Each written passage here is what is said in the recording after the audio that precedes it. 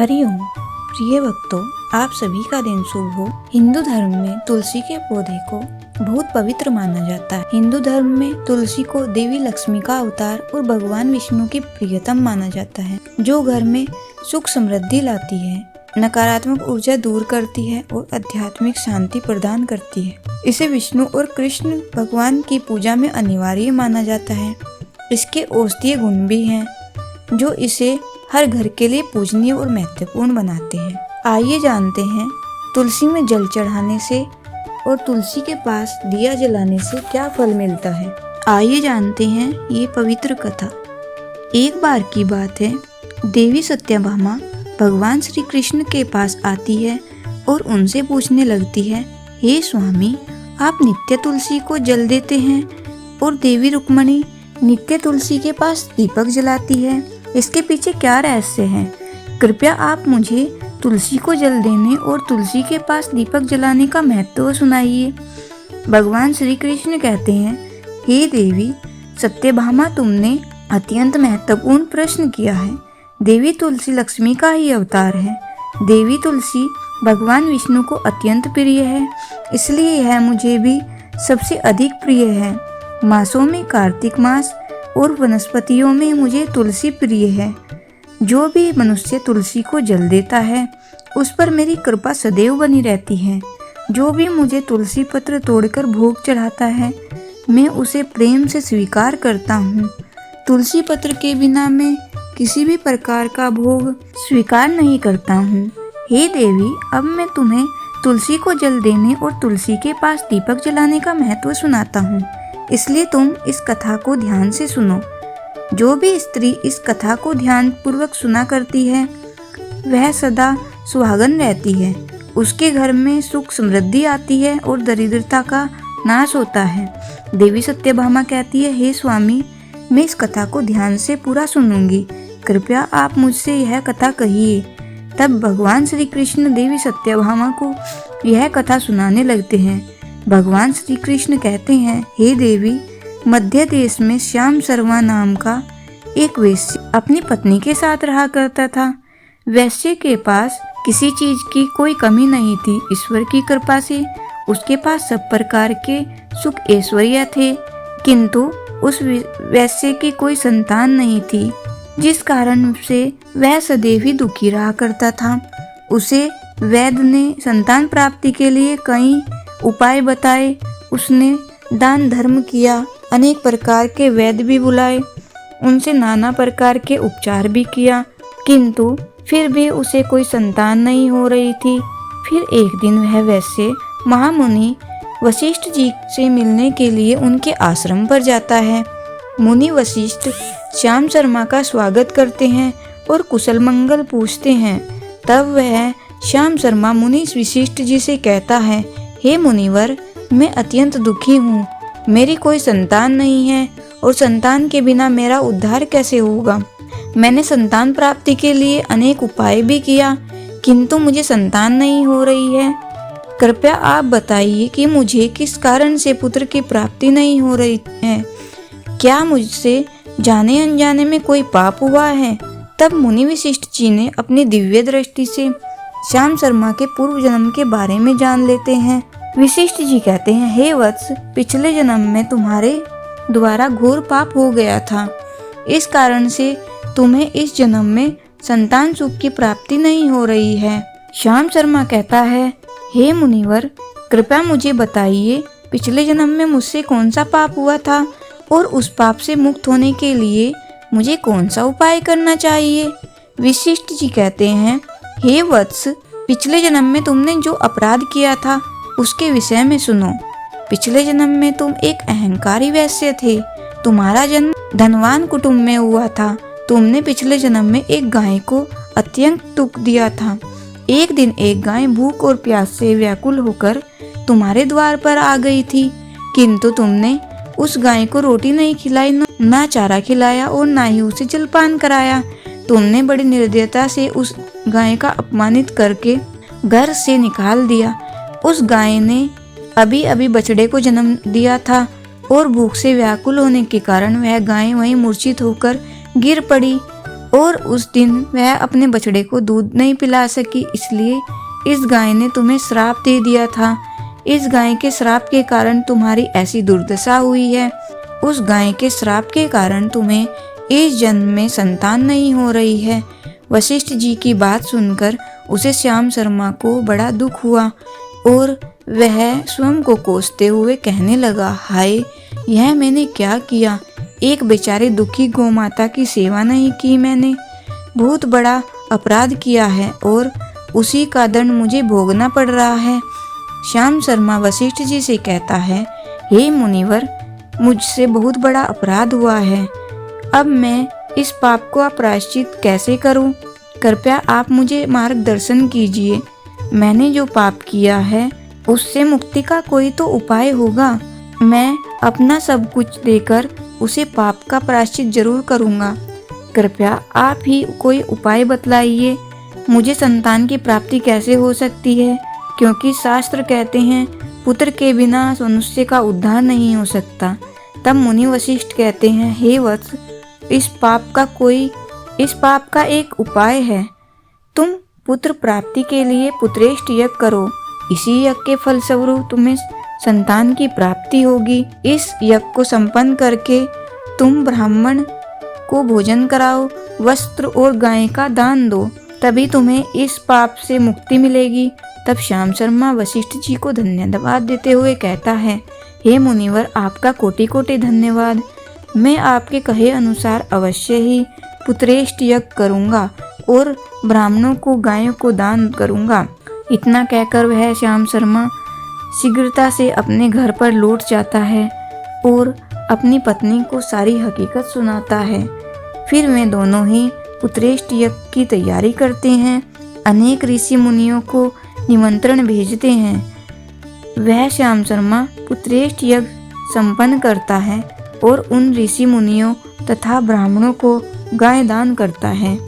यज्ञ के संपन्न होने के पश्चात यज्ञ की आग से अग्निदेव प्रकट होते हैं और उस श्याम शर्मा से कहते हैं, हे श्याम शर्मा, आज तुम्हारा यज्ञ सफल हुआ है।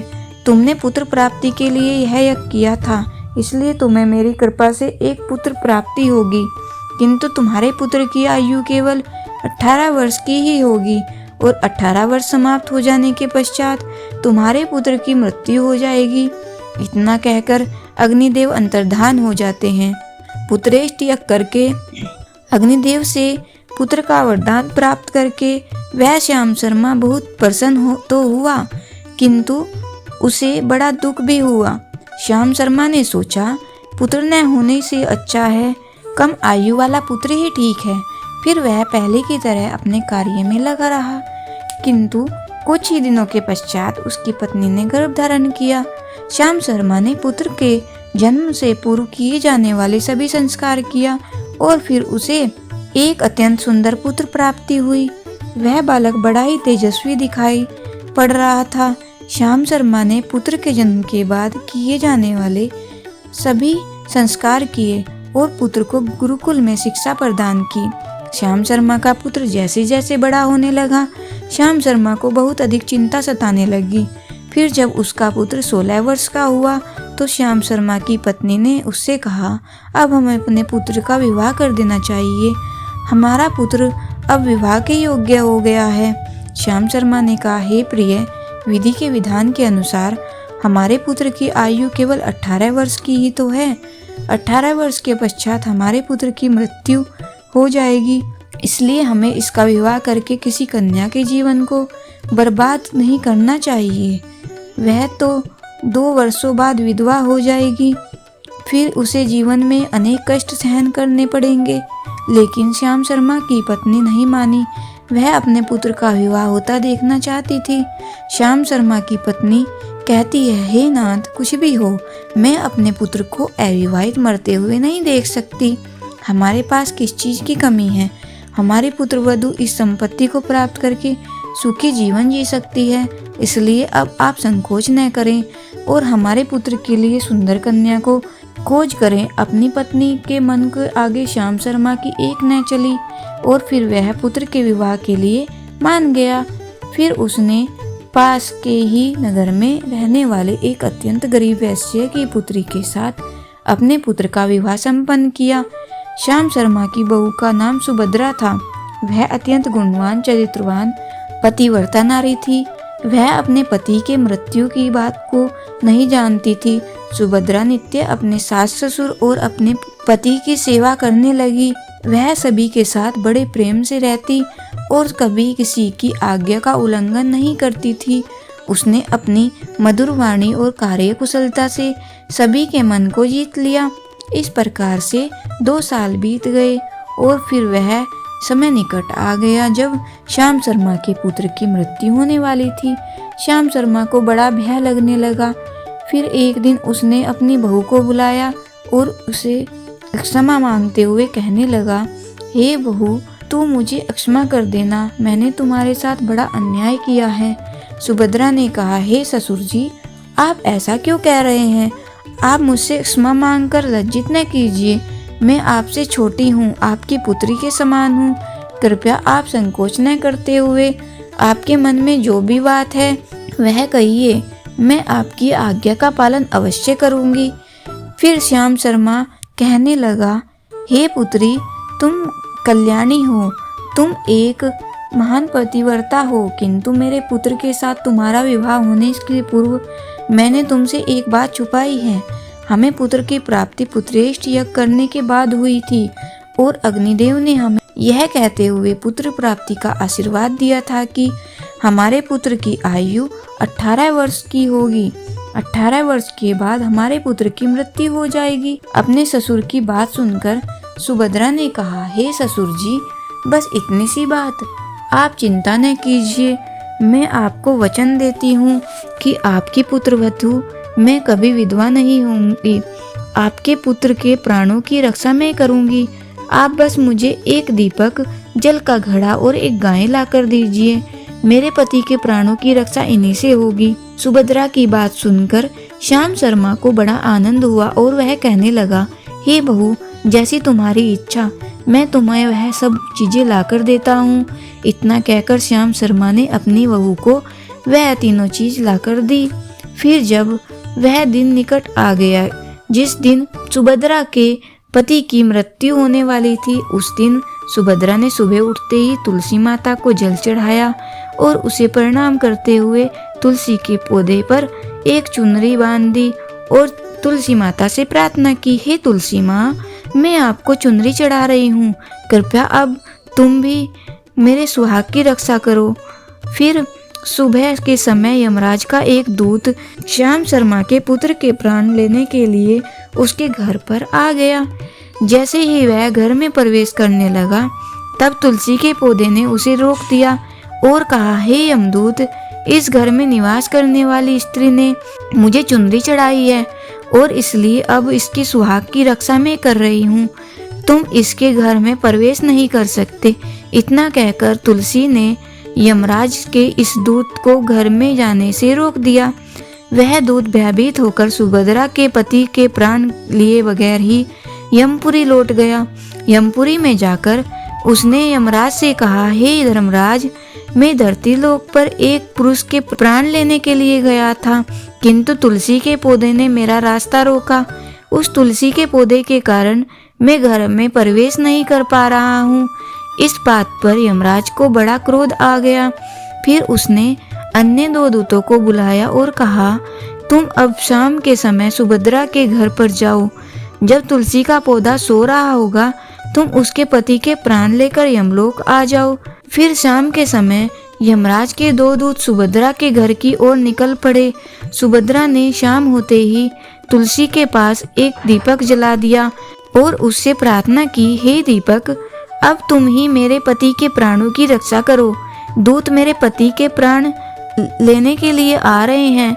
फिर शाम हो गई, तुलसी का पौधा सो गया और यमराज के 2 दूत सुभद्रा के घर के सामने आकर खड़े हो गए और सोचने लगे, अब तो इस मनुष्य के प्राण लेकर ही हम यमपुरी लौटेंगे।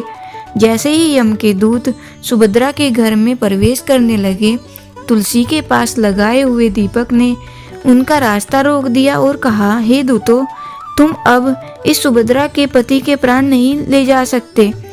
उस स्त्री ने मुझे प्रज्वलित करके उसके पति के प्राणों की रक्षा करने के लिए प्रार्थना की है, इसलिए अब मैं उसके पति के प्राणों की रक्षा कर रही हूँ।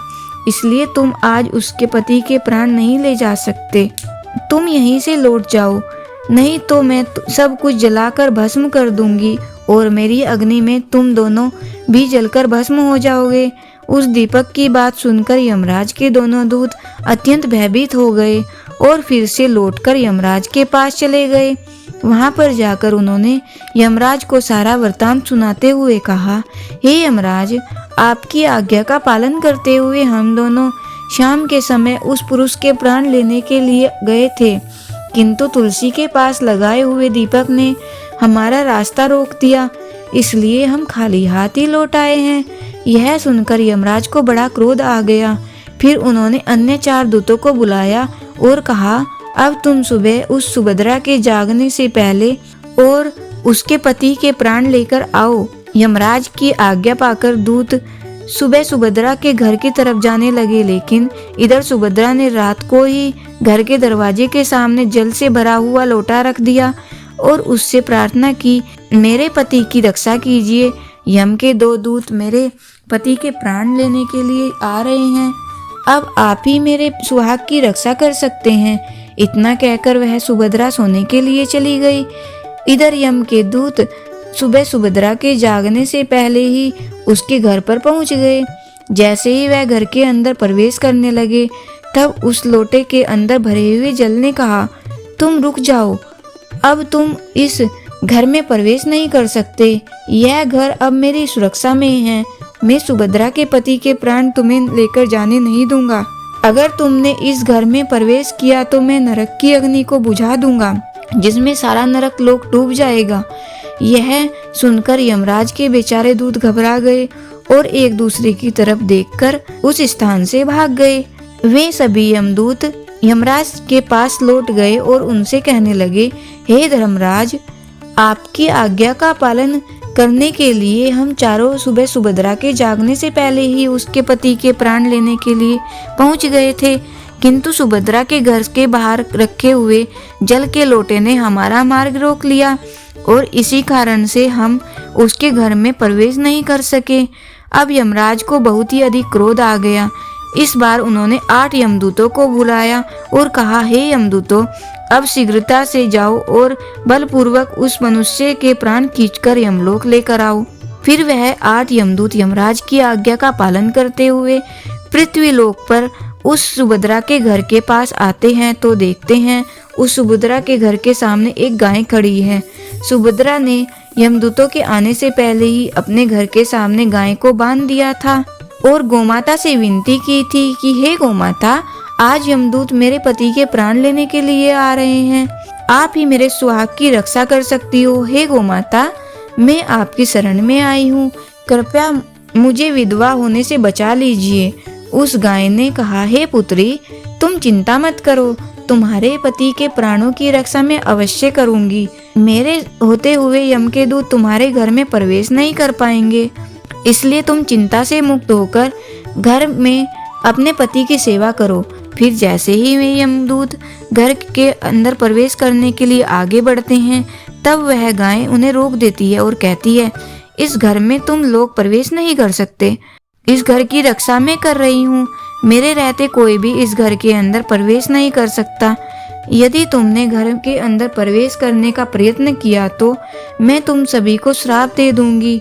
अगर तुम्हें इस घर के अंदर प्रवेश करना है तो तुम्हें पहले मेरे प्राण लेने पड़ेंगे और तुम सभी को गौ हत्या का पाप लगेगा, जिसका कोई प्रायश्चित नहीं है।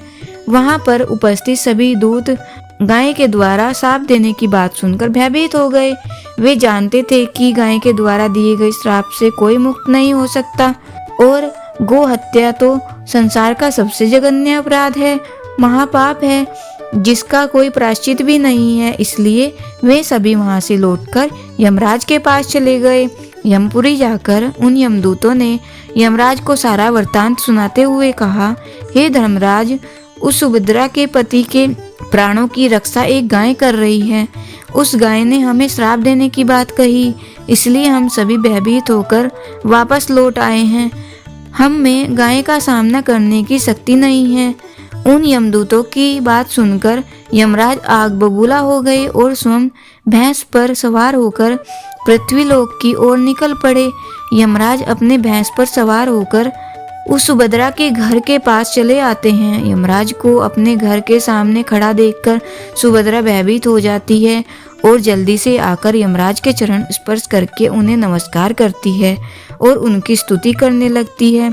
हे यमराज, आप तो तीनों लोकों के प्राणियों पर कृपा करने वाले महान देवता हैं।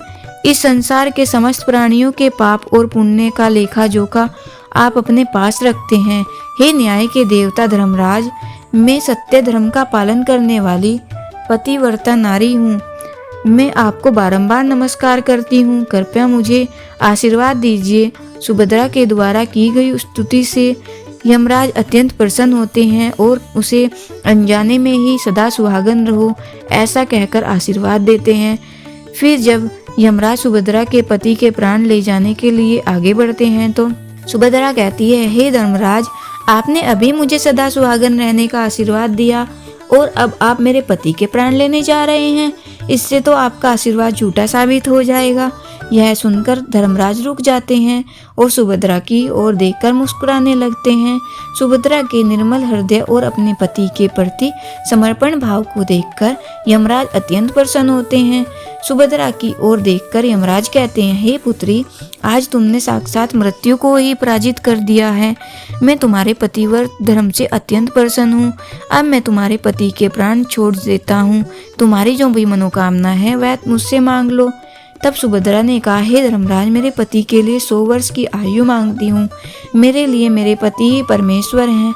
मैं अपने पति को छोड़कर जीवित नहीं रह सकती, इसलिए आप मुझे यही वरदान दीजिए।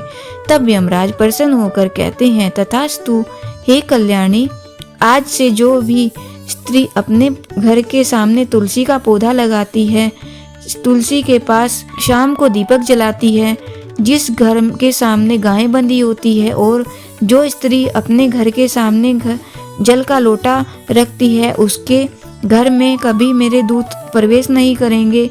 इतना कहकर यमराज उस स्थान से अंतर्धान हो जाते हैं।